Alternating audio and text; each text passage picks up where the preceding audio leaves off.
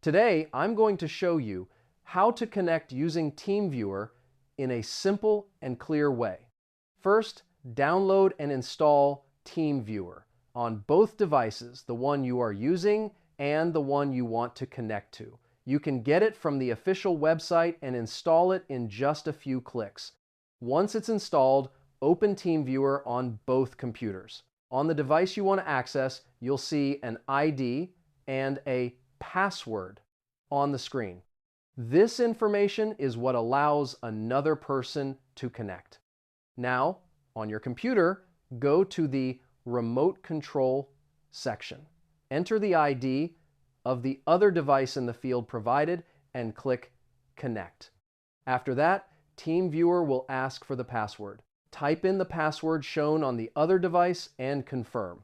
Within seconds, you'll be connected and able to control the other computer as if you were sitting in front of it. You can move the mouse, open files, and even transfer documents if needed.